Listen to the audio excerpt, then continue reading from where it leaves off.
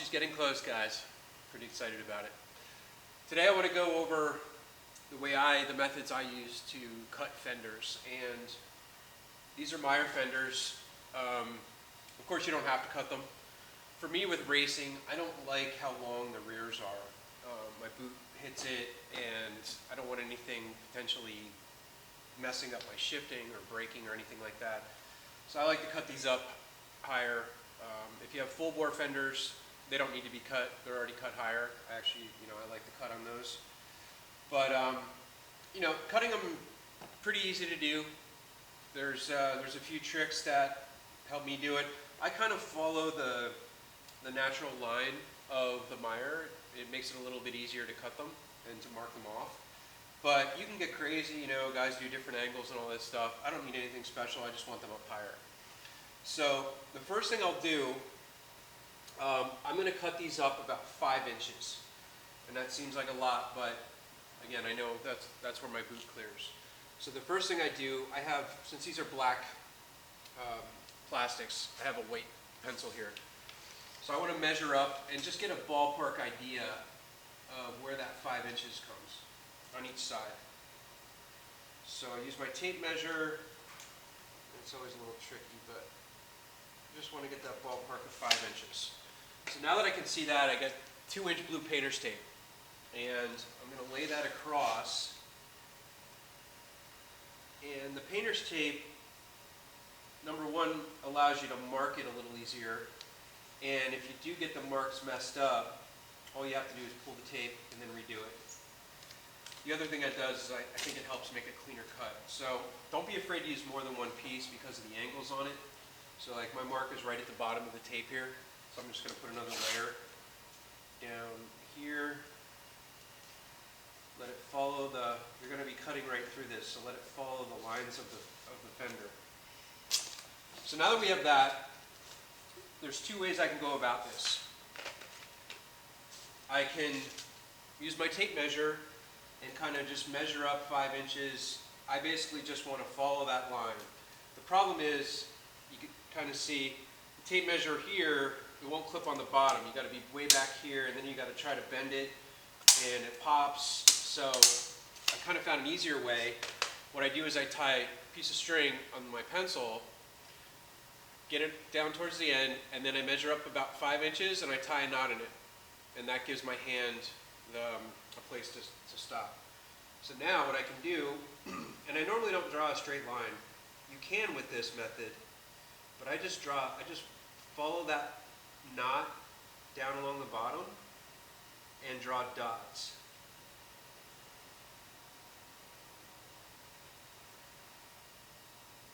So again, you can keep in mind that the fender flares out. So as you're moving along, kind of angle your pencil a little bit. So now I've got a nice, nice set of dots. And if I were to do that, I could just literally follow along and draw that out. But now what I'm going to do is just play the old school game of connect the dots.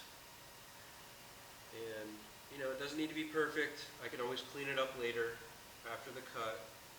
This is just my initial guide. And then I just kind of freehand the corner a little bit. I like a little bit larger radius on it. That's pretty good. It's nice and even. And don't worry about the squared off edge on the inside. I'll clean that up later. So then the next step is to cut it. I use a Dremel, and I get these cut off wheels. I like the thin cut. They make different ones. They make plastic, metal, and then they make the thin cut. The thin cut doesn't say whether it's for plastic or metal, but it works fine. So I like that just because there's less stuff flying around. Definitely wear your safety goggles, safety glasses, because the last thing you want is some hot melted plastic in your eye. Not a good time. As far as settings, I don't know, 12,500, 15,000, doesn't really matter. So then what I'll do, and I'm going to try to do this so you guys can kind of see, but just cut it. Follow it along. I usually start from the inside and anchor it as much as you can.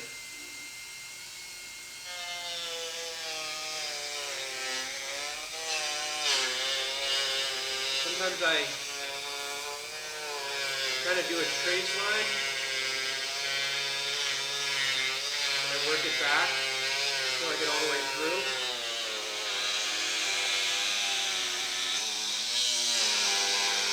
If you find that it's bogging out a little bit, just bump up that RPM a little bit, and then you're should be good to go.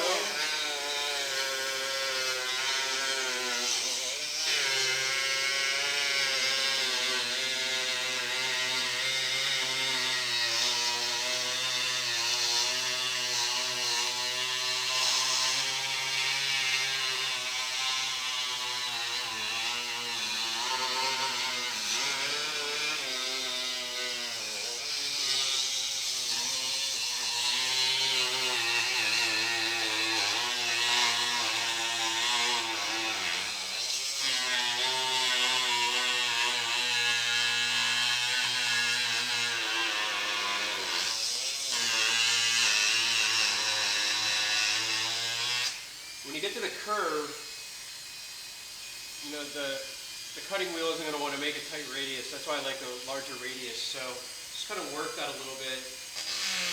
Again, we can clean it up later.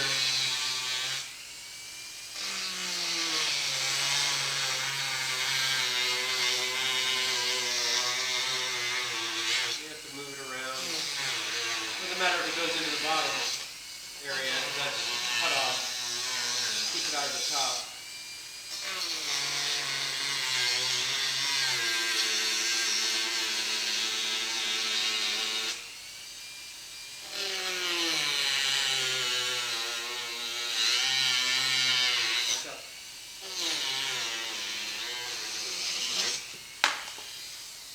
Okay, so now we've got our cut off. We can peel off the rest of the tape. We don't need that anymore. And before you make these cuts, eyeball it really well because there's no going back. So make sure it's the design you want. So now what I'm going to do is just kind of clean up this outer edge, make sure the rest of mine's pretty smooth. I'm going to round off this inside right here. I'm just going to kind of follow the contour of the cutout of it and round it out.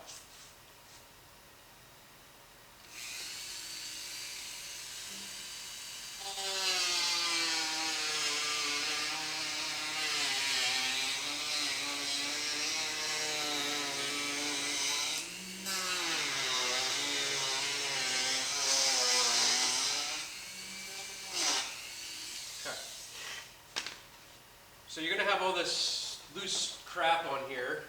Just let me trim this up a little bit. And you can actually use this almost like a sander and just kind of tap it up against if you want to get a nice, clean up that edge. If you got some sharper points or something, just kind of run that along the bottom. This cut actually came out pretty clean. All right. So now I run my finger across it, get off all the big chunks. And then I'm going to take my razor blade that I forgot, and I'm just going to scrape it along the underside, the front side and the underside. And you don't want to dig into it. You want to kind of use the backward motion and brace the fender as you do it.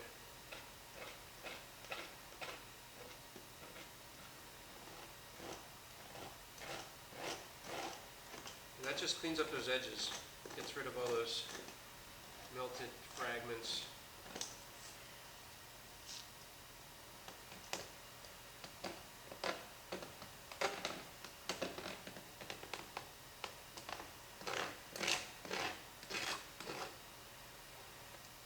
If you don't want to do this, you can always use the edge of the wheel.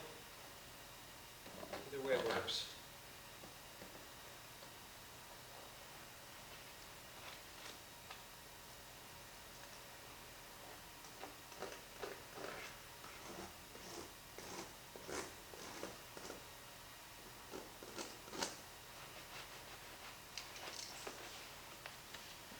That's pretty much it. Clean that up as much as you want. I may go back and just tweak that a little bit. But that's your fender cut right there. I already have the other side marked, so I'm going to do that off video. And the front, the only thing I need to do to the front is clearance out for the pipe a little bit. So that's just going to be just almost a straight cut, just right along that edge. You want to make sure you keep your hole intact for the fender, the lower fender mounts. But other than that, like I said, you can do whatever shape you want. I just find this to be very easy. I don't need anything crazy, and this works just fine.